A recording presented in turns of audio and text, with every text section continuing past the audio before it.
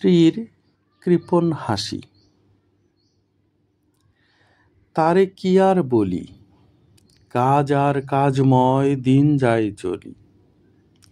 নেই কি তার কোনো অবসর, ঠিক এতটুকু তারই পাশে ঘুরে ফিরে মোরে কেহ একা। বিলাপটুকু সোনার তার, এতটুকু খেদ নেই আর। বললাম পুরুষ কণ্ঠে, শোনো এদিকে এসো। সে বলল, আসি, হাতের কাজ ঝাড়ি।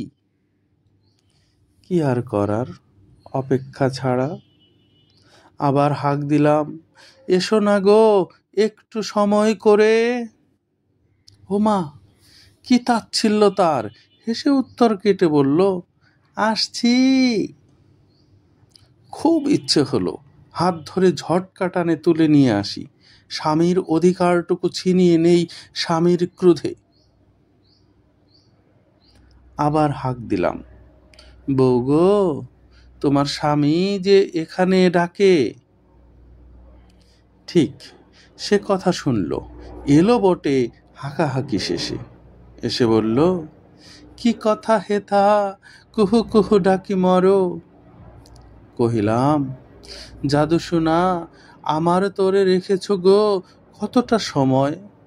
ফস করে কহিল, তোমার লাগি মোর সারা বেলা কাটি, নিজের দিতে পারি না এতটুকু সময়। আজকে কহিলাম, এও বটে, হয় কি করে সম্ভব, মুখখানি দেখিবার সাতটুকু কতবার মোরে অকারণ।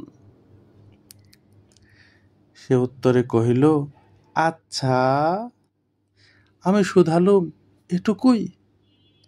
সে হাসল, কোনো কথা বলল না, চলে গেল আবার। ডাকলাম, শোনো, বসো, আমাকে দেবার সময় থাকা চাই।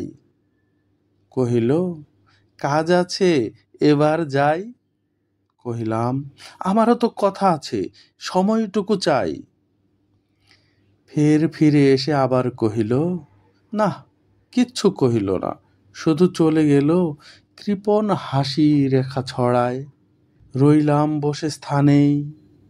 একবার ভাবিলুম, মিটে গেছে জীবন, যে জীবন ওই নীল আকাশের, সে জীবন হারিয়ে গেছে পৃথিবীতেই। 7 নভেম্বর, ঢাকা।